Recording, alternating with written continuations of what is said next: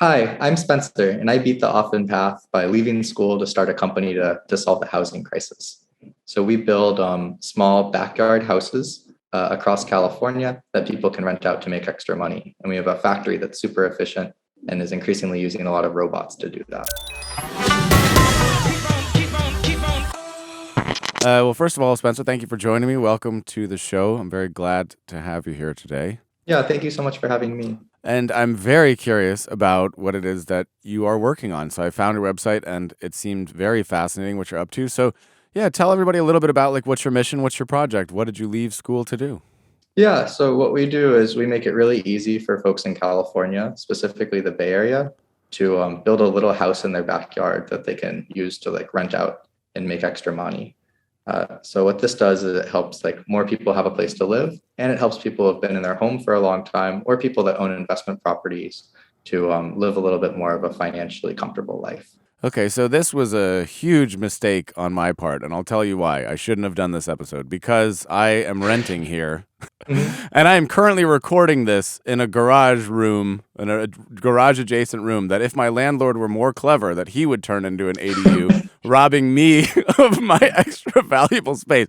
So I have a vested interest in this not happening in my specific situation, as I'm not the property owner. But So so we only do we use accessory units. So we build you a whole new house like in your backyard. We don't right. do garage conversions, but yeah, your landlord under the same laws could convert his garage into a livable space, but maybe your rent would go down. So Yeah, you know what? Let's just pray he doesn't listen to this show. He won't. But it's a fascinating concept. So housing crisis, that's a thing that's been tossed around a lot in the last few years. And anybody who's lived in California knows, especially the Bay Area, but also Los Angeles, how crazy things have gotten. The concept of the starter home is out the window. Many people can't afford housing in general. So describe a little bit about the problem and how did you become aware of this problem in your own life? yeah, so I've always really been a big urban planning nerd. So thinking about like the built environment and like how we can build like cities for people, not for cars and things like that. Yeah. Um, and so I grew up in New Hampshire where housing was quite affordable and there are starter homes and things like that. And I went to school in Pittsburgh where I had friends that would graduate college and go and they'd actually purchase a house. But increasingly, as I got more into the technology world, like I'm an engineer by training, I was out in the Bay Area and just like thinking about how much different it was for people and just seeing all of my friends kind of doing the same thing, like really wanting to come to the mecca of the technology universe and just not be like being very concerned about being able to actually like make rent. Yeah. Even on those like really high starter salaries that people in the technology industry get. So like if it's tough for techies to do it, like what about teachers and firemen and other people like that? Yeah.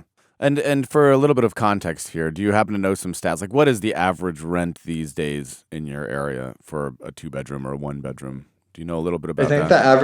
the average one bedroom in the city of San Jose, which is kind of like Silicon Valley area, I think is about $2,200 a month. Okay. So just extremely unaffordable. Right. And if you want something decent, forget about it. Like what would it be to have a freestanding house with a yard? Like five, six. I know in counties like Santa Clara, the average home price is like getting to or past $1 million, Oh my and God. that's Yeah, just your that's true here. average home price. And all those Yeah. homes too are built in like the 50s or 60s. Like they're not necessarily like brand spanking new, like all ready for you to like move into. Like a lot of them need a lot of renovation and Mhm. other things like that. Do you think it's worth it as an aside to spend $1 million for a home like that if you had the money? Do you think it's worth it or no? I think that like when you have a family and like you have kids, like the kids want like it's good. Like kids really like consistency. Yeah. And if you like own a home, you can provide that consistency. So I really understand why a lot of people want to do it, but like I don't know if you should throw 90% of your net worth or something, or like call it 200% of your net worth if Sure. you're paying a mortgage into a home that like fluctuates a lot around the Bay Area's like housing market. So what brought you to that area then? You were in school at the time. What brought you? Did you Mhm. go there for school? No, so I went to Carnegie Mellon in Pittsburgh, but I Okay. was studying like computer science and Yeah. statistics, Right. and just like that's where the jobs were. Mm-hmm. So like I was always excited about the technology industry, and like when I started to go there for visits and for summers, I was just struck by like how big of a difference there was between the cost of living in Pittsburgh, where I went to college, which is a super affordable city, and the cost of living in Silicon Valley. And I was kind of stuck between this divide of like, well, I can go to the Valley and I can probably make a lot more money, but like if housing costs like make me like not able to actually like build a life there because I don't really have much opportunity to purchase a home, then like what should I do? And I think a lot of people are having this issue. And like people talk a lot about like, oh, like are people going to leave Silicon Valley? Like, is it going to continue to be like the technology hub of the world? And like, I'm not quite sure what the answer is, but if housing stays the way it is, it sure won't be. Yeah, and there's a lot of people there are a lot of states that are trying to pull you in as well. Like I see billboards for Ohio that's like, start your business in Ohio. There's program, Tulsa is doing a Tulsa remote in Oklahoma. There are all these programs that are trying to get, I think there are various southern states as well, trying to get all these remote workers in with grants and stipends and all of that. So that is it's a defining issue of our time in many ways. So I'm always fascinated when people decide to drop out to pursue it. Why did you drop out of school to build a company? Yeah, so it was a couple of different things. The first was like all of the things pushing me towards doing it, where we had like California passed all these different laws that make it really easy to build like a house in your backyard. And I was like tracking those really closely because I like the idea of like adding density and also like kind of keeping money in a community. Or like if you're a homeowner who's been around for 20 or 30 years, if you build one of these things and you rent it out, like that money is going into your pocket that you're spending at like the local grocery store and stuff like that, rather than just going to like a property like developer like fund or something like that. Mm-hmm. So I really had liked that also from the environmental perspective of like people can live closer together. It's easy to add sort of transit options because there's more people in one area. But like the numbers that people were actually building these things weren't that high. And I thought there was a really good opportunity to go and like, I thought the numbers one should be a lot higher. And two, I thought there was an opportunity to increase those numbers. And I'd spent a little bit of time in like fintech land and like thinking about finance and financing was really the thing that had made solar big. And I thought I could also make them really big for backyard houses. So that's really got me into like thinking about the industry. Interesting. So laws changed, you're tracking it, and you've seen this business model. So what was the first business model idea then that you came up with? Yeah, so the very first business model was one where we'd like pay for the house up front and then kind of let people like split the rental income with them. So that's a lot more reminiscent of that sort of type of thing you'd see in the solar industry, where like you can get a panel on your roof for free and you just pay the company every month as your utility. We kind of moved away from that pretty fast though, because we realized that the big problem in this industry isn't necessarily the financing the way it was in solar, but it's just having like a really reliable and really affordable provider of these backyard homes. And like unlike solar panels that are kind of a commodity, right now backyard homes are built by like any of 1,000 or 2,000 different general contractors who each do maybe 1 to 5 projects a year, and they aren't able to really get any of those like advantages of scale that you would get from like building 100 or 1,000 of these at a time.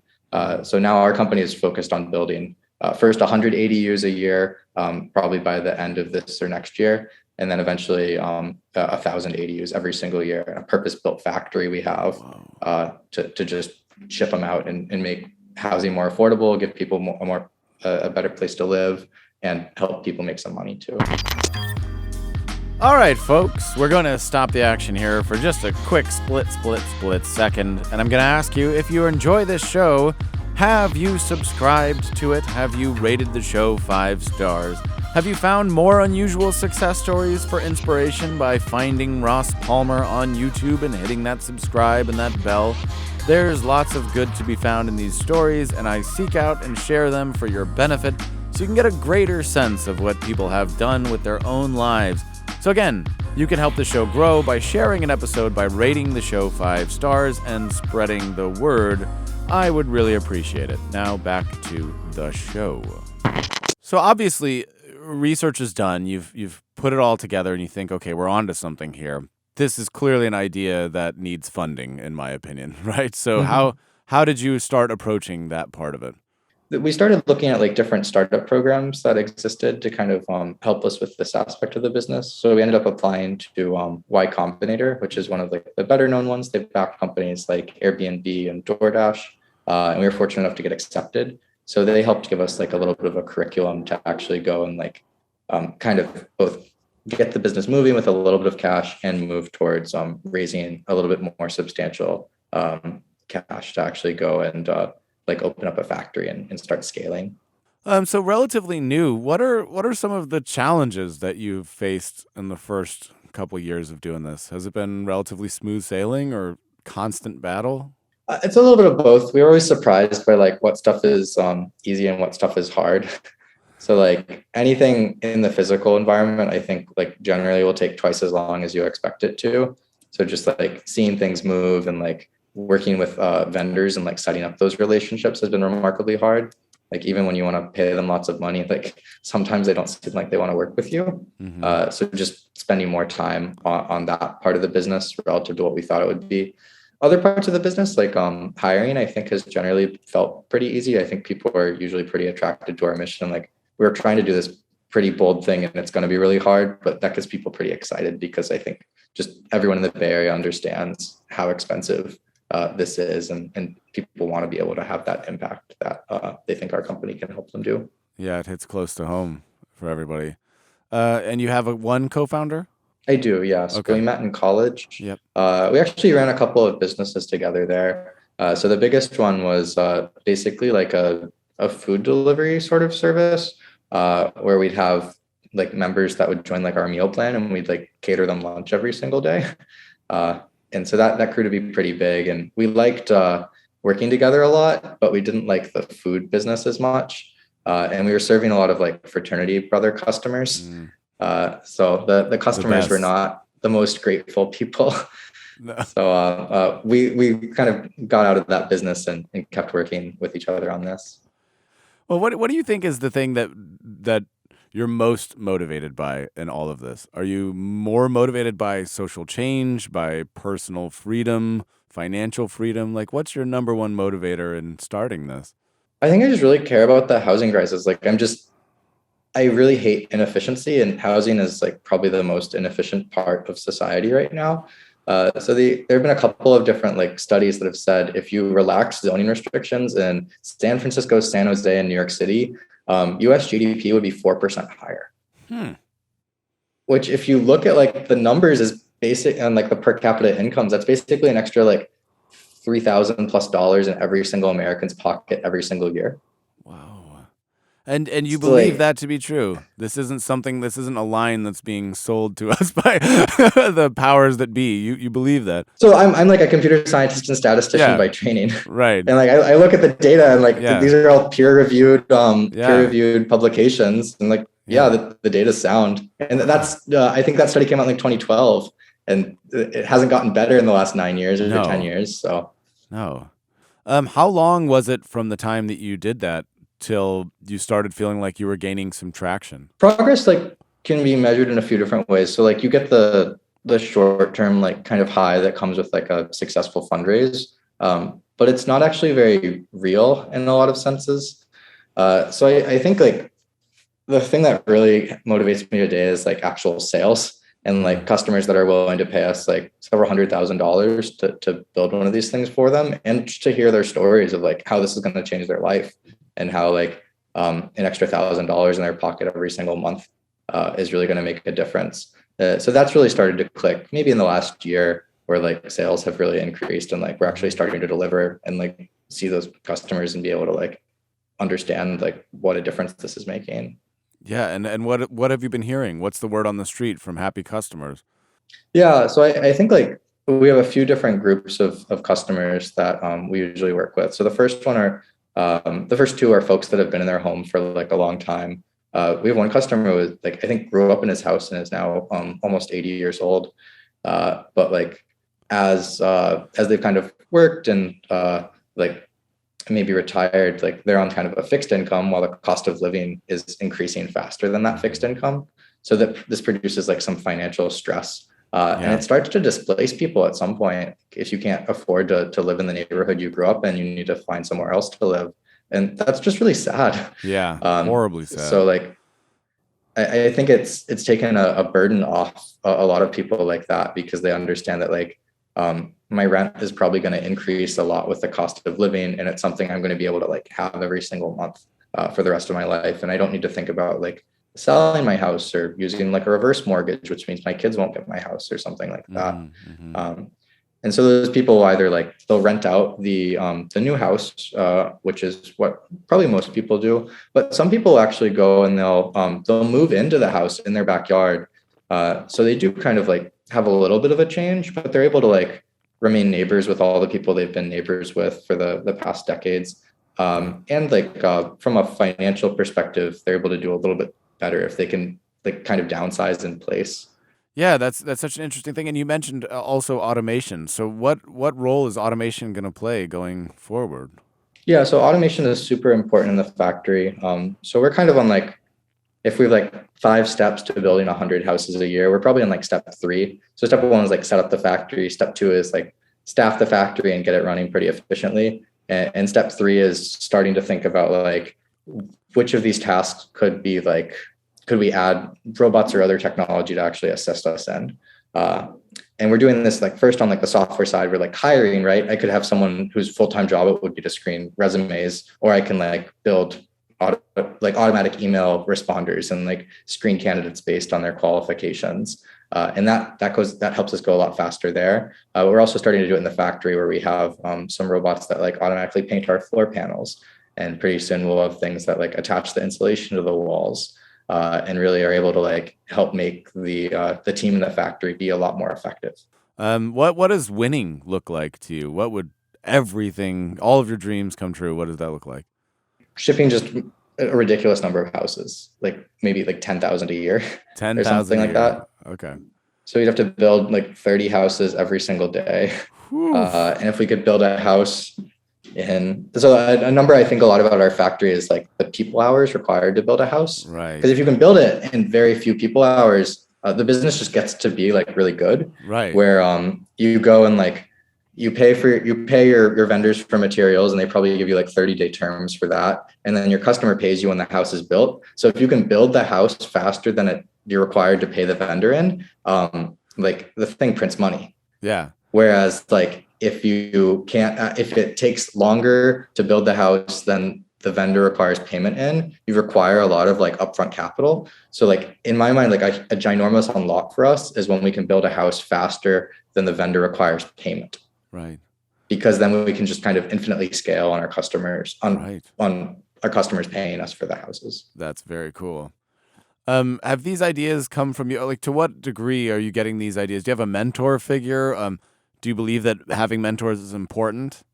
Yeah, I have a few mentor figures for like different parts of my life. I wouldn't say I just have one, but I definitely constantly relying on both people and just a lot of like books to do things. Where like specifically on the construction side, like we're trying to do this weird thing where we take construction when we make it super like super techy. And like a few people have tried to do this going back like 40 or 50 years, but not at the same level of like actual technology. But the auto industry has done a really great job adding lots of technology. So in many ways, like my job is to know a lot about the auto industry and to know a lot about the construction industry, and like figure out how to smush them together. And then add in like the computer science and statistics background that I have at the same time. Do you have a favorite book for business? I mean, not construction, since I doubt many of our listeners are involved in construction specifically. Yeah, but the house building book is wonderful. Yeah, I was like, okay, if you want to build, I mean, okay, fine. But if that's what comes to mind, then go for it. But yeah, what's our top 2 books that you think really changed your life or helped you as an entrepreneur? So I read really constantly. I generally like really like sci-fi, just because I think like I love the idea of like dreaming about kind of what the future is like. And I just read 7 Eves by Neil Stephenson. Okay. It's a book where like the moon gets blown up and then lots of things happen. Interesting. I feel like I've heard of this. I think it's been doing the round. But that's your favorite book at the moment? That's the one I just finished and Oh, you really just read. enjoyed. Okay. Yeah. All right. And I'm starting to read more Neil Stephenson. So Cool. Yeah, I'm the same way, and I think probably a lot of founders, certainly in your area, a lot of people are like that. But I hate things about the past. Like I don't like Lord of the Rings. I don't like all of what's that show? Game of Thrones. You know, I like these mythical dragon pasts where people are still killing and yeah. beheading each other. Like I've never seen the Hmm. thrill. It's like, oh, we have enough magic, but not enough magic to stop people from brutally murdering each other. Like, okay, cool. Yeah. I've always liked the future, you know, like the Fifth Element, Blade Runner, all of Yeah. that stuff. Like thinking about, like you said, what the world could be. You know, what would be nice if we all came together, and even going as far back as, you know, in the old days, like I always thought that Star Trek, even though I didn't really love it, I thought it was great in that it showed an example of a society that just functioned. You know, people who are just cordial to Yes. each Yes. other, they're intelligent, they make rational decisions, they have a sense of Hmm. the greater good. I love reading stories because that's like what's so sorely missing from our world right now. A lot of people are just depressed and they're fighting and they're missing the big picture on almost everything daily. And it sounds to me like you're focused on what really matters most. Yeah. Put a target out there and reach towards it. That's At the super same cool. time, I do like historical stuff. More like histories of businesses that are really operationally complex too. Yeah. So like I'm kind of obsessive about the airline industry because Ooh. I think it's like probably like the hardest business out there to run. Because you Yeah. go and you buy this $100 million plane and one, you have to hire some pilots which are highly skilled and some flight attendants which are highly skilled. And then you have to like navigate this whole like legal landscape of like I need to have like the right to take off from this airport and land at this other airport, and like how do you even pick which airport to take off and land from, and how much should you sell a ticket for? Like it's really ridiculously complicated. And there's this book I read called Hard Landing, which is about the deregulation of the airline industry, which I thought really like summarized a lot of things well. But you have like all this interesting like technology where like if we build a more efficient plane that can fly fewer people further, we can start fly like all these weird like kind of skinny routes that make it so you don't have to have a connection. Right. But then it also has all these labor issues where like Eastern Airlines, for example, got shut down because like there were just these ginormous like labor issues where like people weren't able to like kind of work things out, and it killed this like 60 or 70-year-old brand. And then at the same time, you also have like all this geopolitics stuff where like these nation states try to get involved and like they want to improve their like standing in the world, say with a company like Emirates Airlines, where the government just throws money at things and like wants the airline to exist. So I like that industry a lot. So I read a lot of things about that too. What is the most counterintuitive piece of advice or unusual thing that you've accumulated along the way? Probably the bit about like startups being much more of a gradient than a binary. So the idea that like I think a lot of like especially young people kind of look at companies and like I want to start a startup and I want to do that like immediately. Right. And like I want to go from like having nothing to having a startup, and one day that's just going to happen. And I don't think that's the way it works for most people. Even if people do like go from nothing to something really fast, I think it's always just like an easing into it and like understanding like, oh, is this something I want to be doing? Are these the people I want to be working with? And just like continuing to like kind of scale it up. And I think that like is something that people can learn from bootstrapping, where that's just the natural thing that happens, where like you make a little money and you reinvest it and you make a little money, and it's kind of that nice smooth curve. Whereas with like VC, it's like we have nothing, a bunch of money shows up. We have like some curve, a bunch of money shows up, and it's a lot more jagged. So I think a lot of people, especially the early days, could use more of the smooth curve. Right. So that they get that experience of building something and putting in the work and all of that. And just like if you take VC money, like I think there's an expectation implicitly from the VCs that like you're gonna go and like deliver like a ginormous return, and like you're gonna get pushed to move faster and things like that.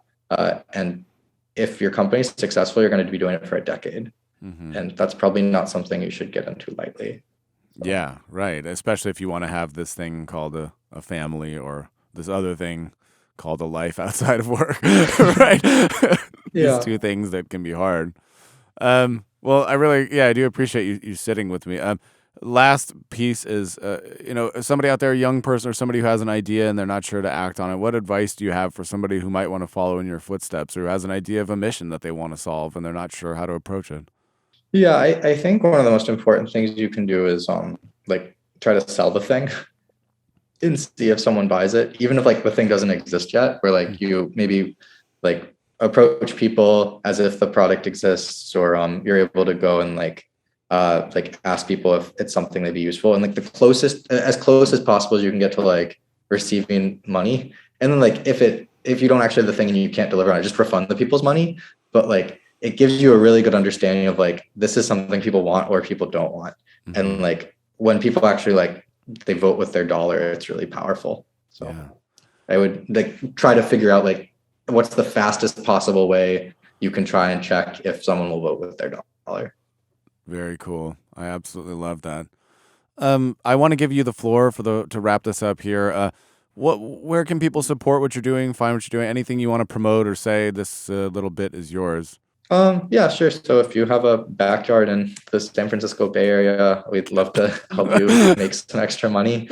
We will be in Los Angeles soon, probably depending on when you listen to this. Right now, it's the start of 2022, maybe the middle or end of 2022, we'll be in LA. Our website is just rentthebackyard.com. Our Instagram is _rentthebackyard, where we have lots more cool pictures, in addition to the ones you've already seen on this podcast. I'm also on Twitter. My Twitter is SQBURL, and you can find me there too. So Sounds if good. You also want to email me, my email is just my first and last name at thebackyard.com. Very cool. Well, thank you. And I look forward to seeing these in LA. When you're here, drop me a line. I'd love to come check it out or see a demo unit. Oh, definitely. Yes. Yeah. Mm-hmm. And, we should definitely get a coffee or whatever when you're in town.